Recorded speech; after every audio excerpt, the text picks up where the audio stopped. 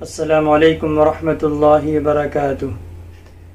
پیارے بھائیوں، بزرگوں اور دوستوں، آج میں آپ کے سامنے قربانی سے متعلق اہم باتیں لے کر حاضر ہوا ہوں، اور وہ مسائل جو قربانی کے دنوں میں درپیش ہوتے ہیں، کس طرح کے جانور ہمیں کرنا چاہیے اور کس طرح کے جانور ہمیں قربانی میں نہیں کرنا چاہیے، یہ باتیں میں آپ کے سامنے آج پیش کرنے والا ہوں۔ کن پر قربانی واجب ہے اور کنہیں قربانی کرنا چاہیے، کنہیں نہیں کرنا چاہیے، وہ باتیں بھی آپ کے سامنے میں پیش کرنے والا ہوں۔ دوستو، آپ کو معلوم ہونا چاہیے کہ ہمارے اس چینل پر دین کی اہم باتیں، قرآن کی تلاوت اور اولاد کی تربیت، اس طرح کے دیگر بہت سارے بیانات اور مسائل، بہت سی اہم باتیں چینل پر موجود ہے۔ آپ ہمارے اس چینل سے فائدہ اٹھا سکتے ہیں۔ دوستو، قرآن میں اللہ تبارک و تعالی نے فرمایا، اعوذ باللہ من الشیطان الرجیم، بسم اللہ الرحمن الرحیم، لن ينال الله لحومها ولا دماؤها وَلَكِنْ يَنَالُهُ التَّقْوَى مِنْكُمْ۔ جانور کا یعنی قربانی کے جانور کا گوشت اور خون اللہ تبارک و تعالیٰ کے ہاں نہیں پہنچتا، بلکہ تمہارا تقوی پہنچتا ہے۔ وَلَكِنْ يَنَالُهُ التَّقْوَى مِنْكُمْ، بلکہ اللہ تبارک و تعالیٰ کے پاس تمہارا تقوی پہنچتا ہے، تمہارا اخلاص پہنچتا ہے۔ یعنی جو ہمارے دل میں جو اخلاص ہے، جس اخلاص کی بنیاد پر ہم قربانی کر رہے ہیں، اللہ کی رضا کے لیے ہماری نیت بالکل خالص ہوگی اور ہم بالکل خالصتاً لوجہ اللہ قربانی کر رہے ہوں گے، تو اللہ تبارک و تعالیٰ کے ہاں اسی اخلاص کے ساتھ وہ قربانی ہم اللہ تبارک و تعالیٰ تک، یعنی جو تقوی ہے، وہ پہنچے گا۔ جو اخلاص سے عاری ہے تو اللہ تبارک و تعالیٰ کے ہاں اس کا کوئی مقام و مرتبہ نہیں، لہذا قربانی کرنا اللہ تبارک و تعالیٰ کو بہت پسند ہے۔ ابراہیم علیہ السلام کی یاد میں یہ قربانی منائی جاتی ہے۔ اب اللہ تبارک و تعالیٰ نے مسلمانوں پر قربانی کو واجب کیا۔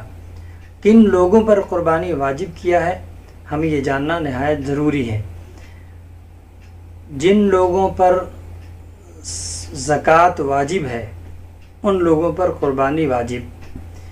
جن لوگوں پر صدقہ فطر واجب ہے، ان لوگوں پر قربانی واجب۔ اب صدقہ فطر کس پر واجب ہے؟ تو جو صاحب نصاب ہے، یعنی جس کے پاس زکوٰۃ نکالنے کے مقدار کے برابر مالیت موجود ہے، مال موجود ہے، زیورات موجود ہیں، تو ان پر قربانی واجب ہے۔ اسی طرح جو اگر زکوٰۃ اس پر واجب تو نہ ہو، لیکن اتنا مال موجود ہو جو نصاب کو پہنچ رہا ہو، اور وہ مال چاہے تجارت کا ہو یا غیر تجارت کا ہو اور استعمال سے زائد ہو، تو ایسی صورت میں بھی قربانی اس شخص پر واجب ہے، یعنی صدقہ فطر واجب ہے۔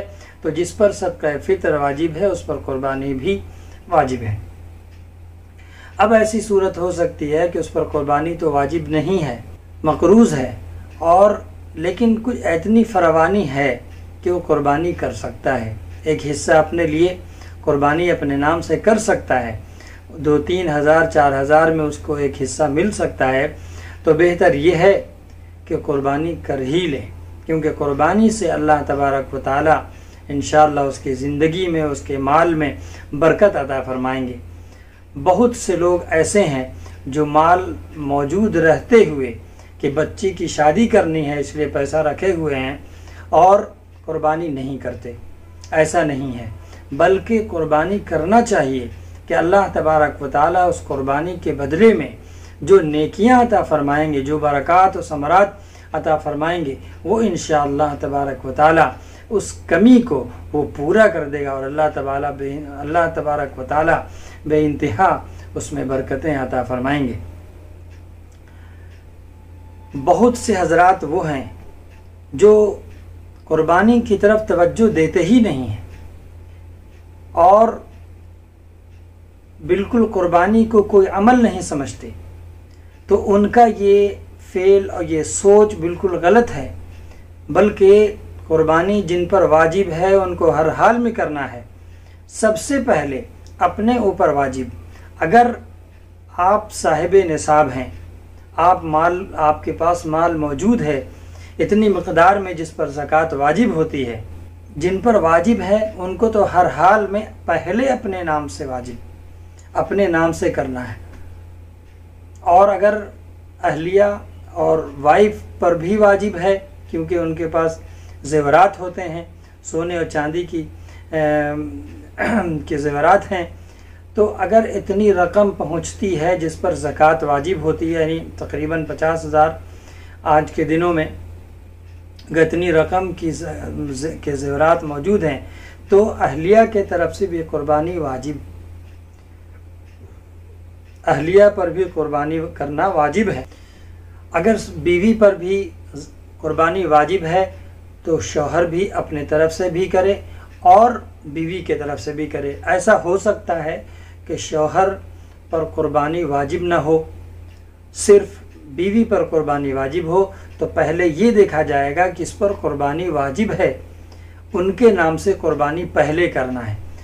آج کل دیکھا یہ بھی جا رہا ہے کہ بہت سے حضرات وہ ہیں جو پہلے اپنے نام سے قربانی نہ کر کے وہ ماں باپ جو دنیا سے گزر چکے ہیں ان کے نام سے قربانی کر دیتے ہیں اور اپنے نام سے نہیں کرتے۔ ایسا نہیں کرنا، پہلے اپنے نام سے قربانی کرنا ہے، اور اس کے بعد جب آپ کے حصے سے حصہ بچ جائے، یعنی آپ کے پاس زائد ہو یا آپ کے پاس مال موجود ہو، آپ صاحب حیثیت، صاحب وسعت ہوں، صاحب ثروت ہوں، تو پھر آپ قربانی اپنے ماں باپ مرحوم کی طرف سے بھی کریں اور دیگر امت محمدیہ کی طرف سے بھی کریں، آپ صلی اللہ علیہ وسلم کی طرف سے بھی کریں، لیکن یہ بات یاد رہے پہلے اپنی طرف سے قربانی واجب ہے، خود کو چھوڑ کر پوری دنیا کی طرف سے قربانی کرنا واجب نہیں ہے۔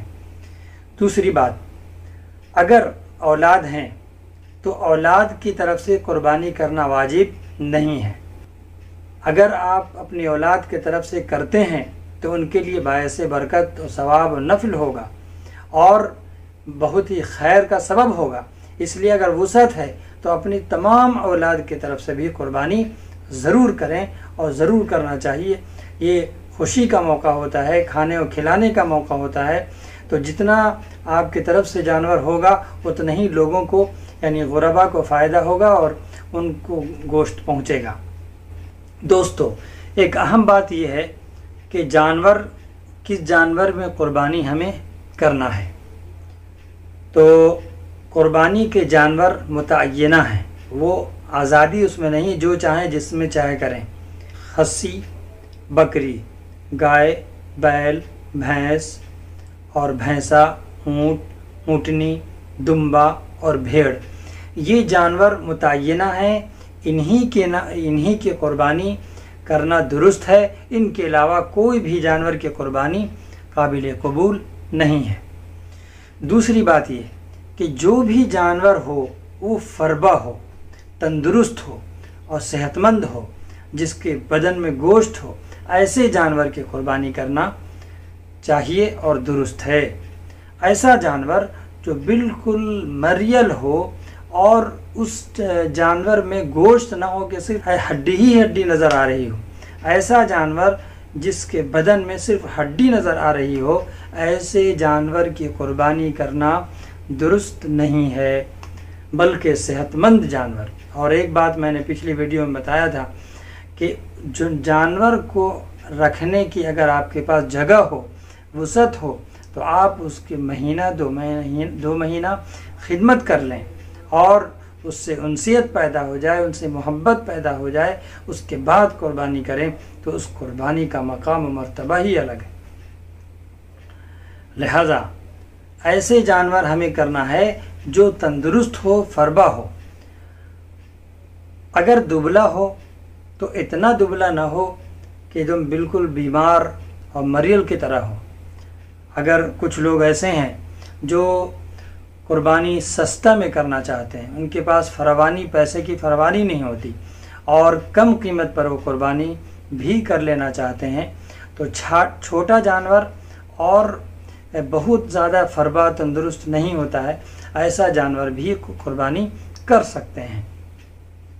دوستو، بہت سے لوگ وہ ہیں جو قربانی حضرت محمد صلی اللہ علیہ وسلم کی طرف سے صرف کرتے ہیں اور اپنی طرف سے قربانی نہیں کرتے، تو ایسے لوگوں کو جاننا چاہیے کہ واجب جن پر ہے قربانی پہلے اپنی طرف سے قربانی کریں، اس کے بعد حصہ بچے پھر جناب محمد رسول اللہ صلی اللہ علیہ وسلم کی طرف سے کریں، یا پھر وسعت ہو تو آپ ہمیشہ ایک حضرت محمد صلی اللہ علیہ وسلم کی طرف سے کریں۔ ایسا نہ ہو کہ خود کو چھوڑ دیں اور صرف حضرت محمد صلی اللہ علیہ وسلم کے طرف سے کریں، بلکہ شریعت یہ کہتی ہے اور اللہ کا حکم یہ کہتا ہے، قرآن و حدیث کی روشنی میں یہ بات محقق ہے کہ جن پر قربانی واجب ہے وہ اپنے طرف سے مکلف ہیں قربانی کرنے کے۔ یہ جاننا چاہیے کہ چند قسم کے جانور ہیں اور مختلف عمر کے جانور ہونے چاہیے۔ مثلا بکری اور خصی 1 سال کا مکمل ہونا چاہیے، اس میں کمی بیشی نہیں چلے گی۔ 1 سال کا مکمل ہونا چاہیے خصی اور بکری۔ اسی طرح گائے، بیل، بھینس، بھینسا یہ 2 سال کے ہونے چاہیے۔ 2 سال سے کم کی قربانی درست نہیں ہے۔ اسی طرح اونٹ اور اونٹنی، یہ اس کی قربانی 5 سال کے ہوں تب ان کی قربانی درست ہے۔ 5 سال سے کم اگر اونٹ اونٹنی ہے تو ان کی قربانی درست نہیں ہے۔ لہذا اس بات کا خیال رکھنا ضروری ہے، ہمیں یہ جاننا اور پہچاننا ہے، چاہے وہ جس اینگل جس طریقے سے ہو، کہ اس جانور کا سال لگا ہے یا نہیں۔ گائے بھینس ہو تو 2 سال ہوئے ہیں یا نہیں، اونٹ ہے تو اور اونٹنی ہے تو 5 سال ہوئے ہیں یا نہیں، اس بات کا اندازہ لگانا ضروری ہے۔